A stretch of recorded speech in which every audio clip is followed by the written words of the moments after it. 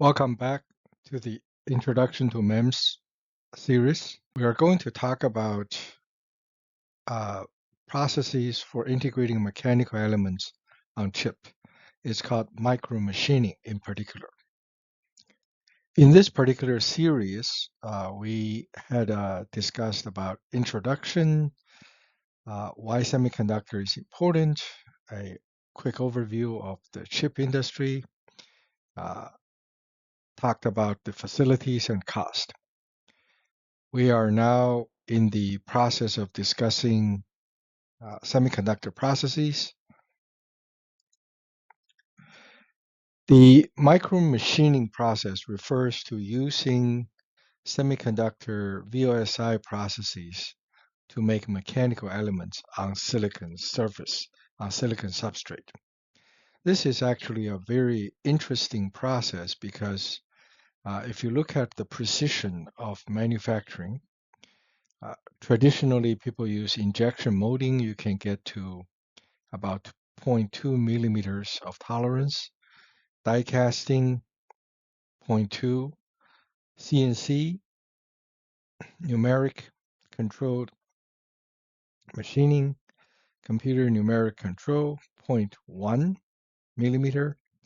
EDM, electro discharge machining, 0.05. So it's about 50 micrometers. With TSMC 5 nanometers, we're talking about 50 nanometers of resolution, of tolerance. So this is something that's very advanced. Although silicon and a lot of this silicon thin film materials are not considered very robust, but they are very strong materials.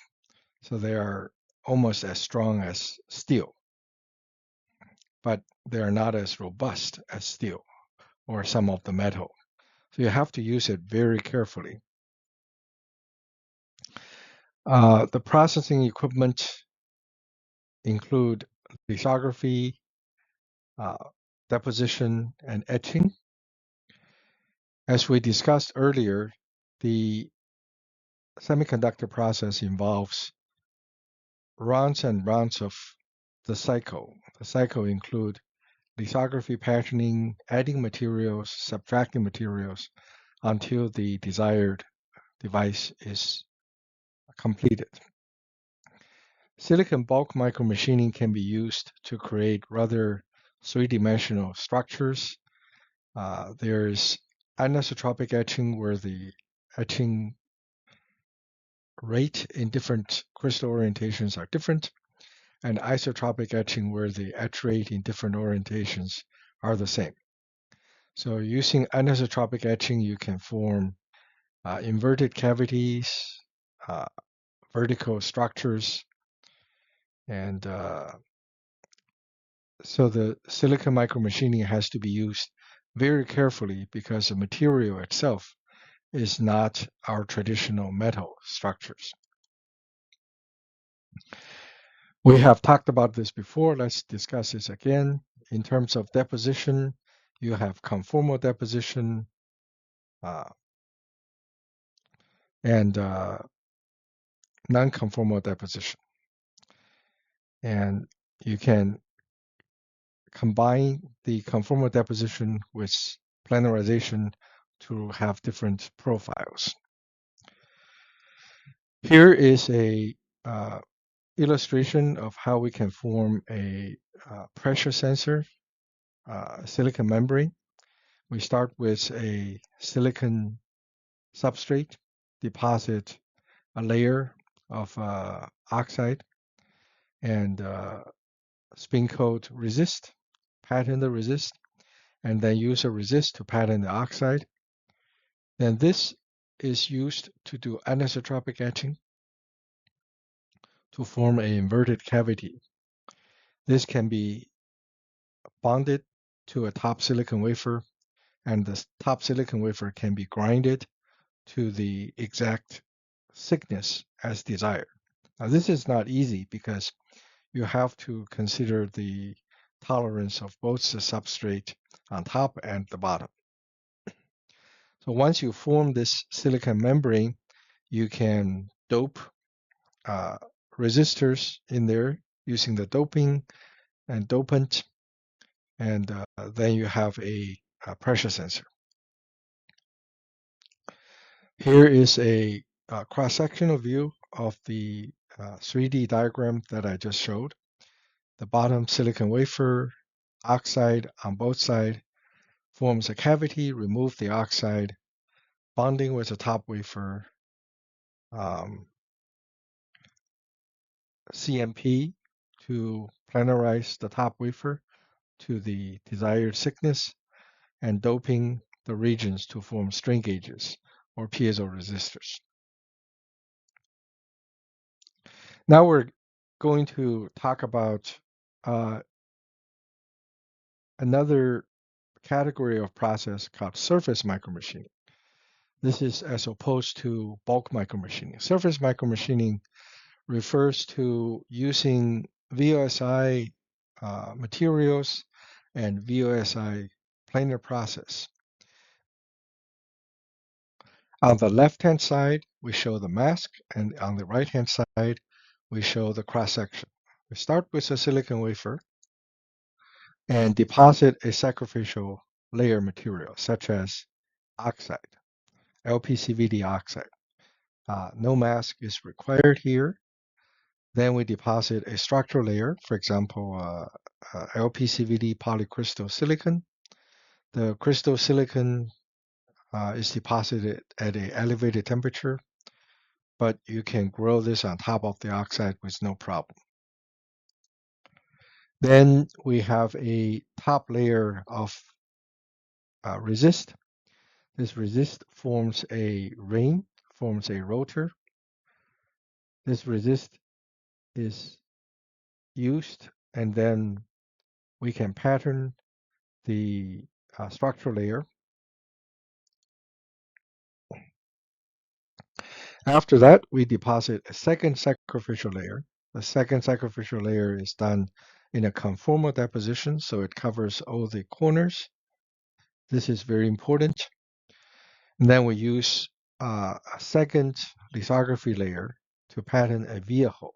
This via hole has to allow the silicon on the bottom to be exposed. And it is very important that there's no remnant oxide left in the window.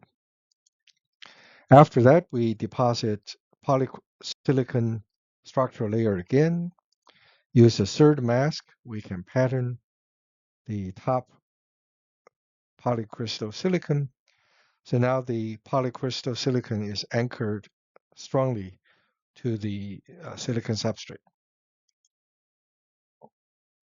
Then we can use liquid such as hydrofluoric acid, HF, to remove the silicon oxide.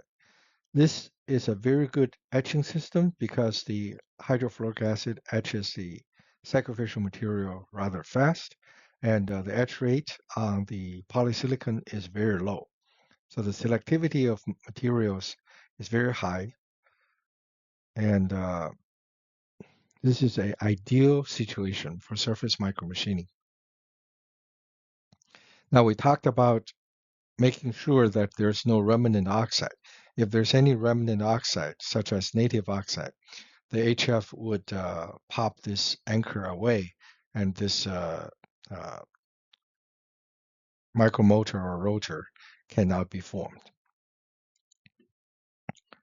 So far, we have talked about bulk micromachining and surface micromachining.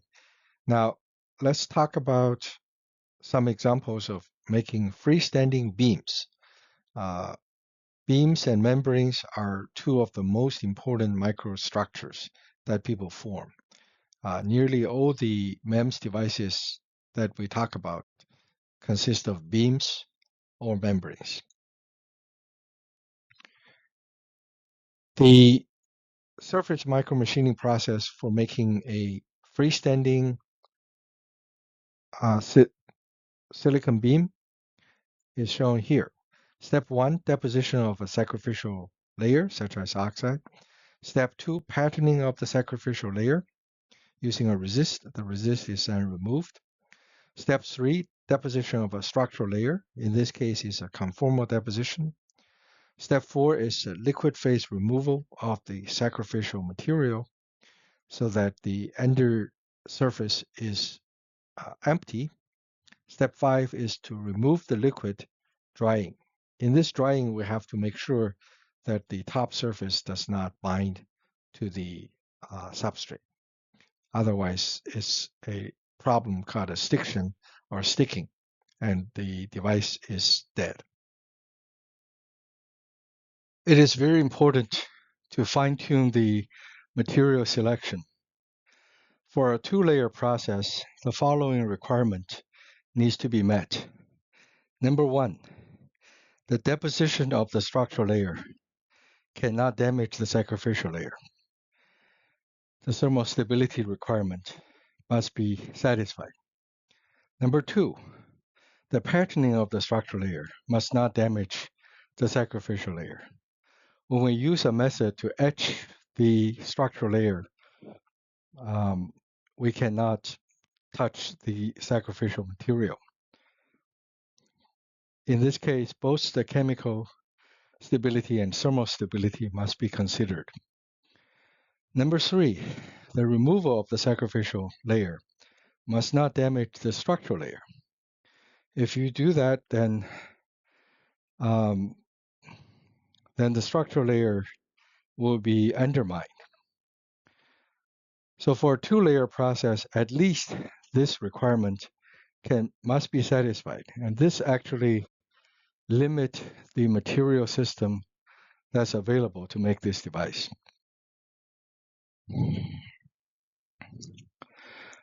There are many structures that can be made, have been made. For example, surface micromachined inductors. Inductor was an air gap. The air gap used to have a oxide sacrificial layer that's removed. One can make hinges such as this. First structural layer, second structural layer, and after the oxide is removed, the hinge can actually rotate. Here is a process for the hinge fabrication. Step 1, deposition of sacrificial layer. Step 2, deposition of a structural layer and the patterning. Step 3, deposition of the second sacrificial layer. In this case, you can consider this either conformal or smooth. Step 4, etching the anchor to the substrate. This is important that the oxide in the window is completely removed. Step 5, deposition of second structural layer and patterning of the second structural layer. Step 7, etch away all the sacrificial materials. Now, for a 4-layer process, the requirement is a lot more than the 2-layer process. We have 2 sacrificial layers, Sac 1 and Sac 2, and 2 structural layers, Structure 1 and Structure 2. Now, the Structure 1 must not affect Sac 1. The Structure 1 patterning cannot affect Sac 1. The sacrificial 2 deposition cannot affect Sac 1. The sacrificial 2 deposition cannot affect Structure 1. The structural 2 patterning cannot affect Structure 1. The Structure 2 patterning cannot affect sacrificial 1. The Structure 2 deposition must not affect sacrificial 2 or Structure 1 or sacrificial 1, and so on and so forth. You can see that the material system is narrowed down significantly. And if your structure cannot be made of polysilicon, then you're talking about using some kind of metal structure. And then the